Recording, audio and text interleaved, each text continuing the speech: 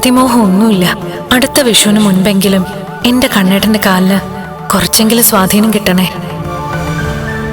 കണ്ണേട്ടന്റെ കാൽവിരലുകൾക്കെങ്കിലും ചലനശേഷി ഉണ്ടാവണേ. ദേവി അനുഗ്രഹിക്കണേ.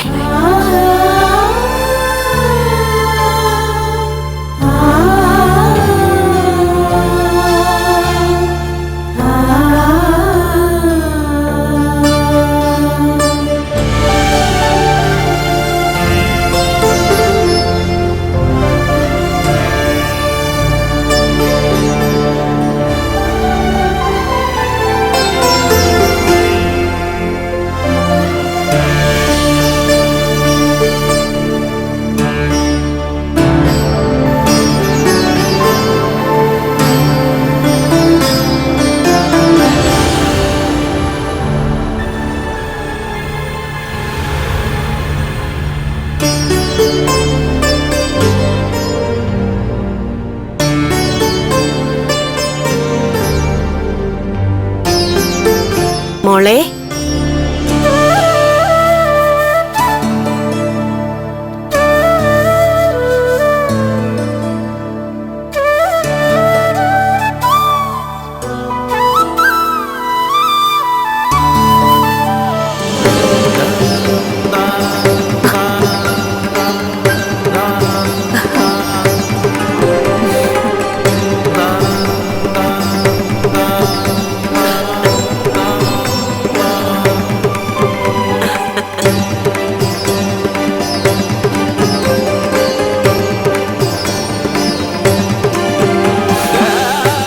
അയ്യോ, അമ്മയൊന്ന് കാണുന്ന മനസ്സ് പറഞ്ഞുകൊണ്ടിരിക്കുകയായിരുന്നു.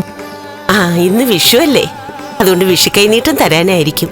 അമ്മയുടെ മുഖം കാണുന്നത് തന്നെയാ എന്റെ വിഷു കൈനീട്ടം. എന്നാ പിന്നെ എന്താന്ന് വെച്ചാ തന്നോളൂ. കൂടുതലായി ഒന്നും വേണ്ട, ഒരു വെള്ളി നാണയം മതി. അമ്മയുടെ വീട്ടില് അമ്മയുടെ മക്കളും കൊച്ചുമക്കളും ഒക്കെ കാണുമല്ലോ. അങ്ങനെയുള്ളപ്പോ ഒരു വെള്ളി രൂപ തന്നാ മതിയോ അമ്മേ? അമ്മയ്ക്ക് ഈ ഭൂമിയിലുള്ള മനുഷ്യരും മൃഗങ്ങളും എല്ലാം മക്കള് തന്നെയാ. ഈ പ്രകൃതിയാ അമ്മയെ നിലനിർത്തുന്നത്. ഇനിയിപ്പൊ അതിനെപ്പറ്റി ചിന്തിക്കൊന്നും വേണ്ട. ഐശ്വര്യമായിട്ട് ദക്ഷിണ തന്നോളൂ.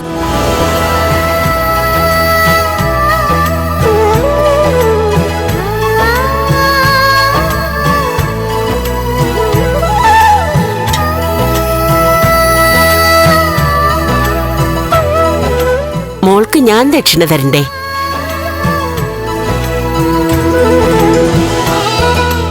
ദാ വെച്ചോളൂ.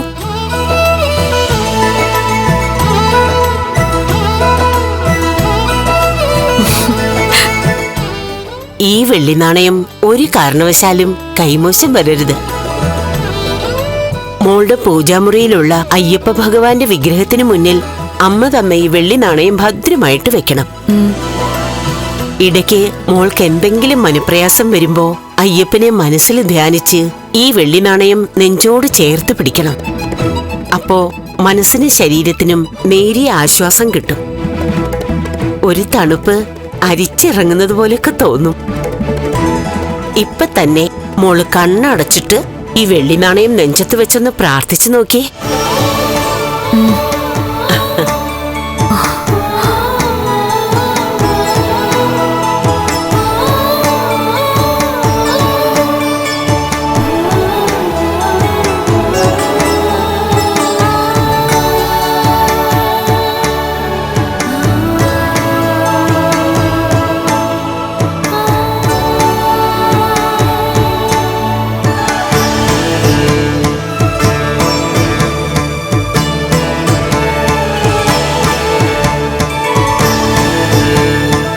ശരിയാണല്ലോ അമ്മ പറഞ്ഞത്.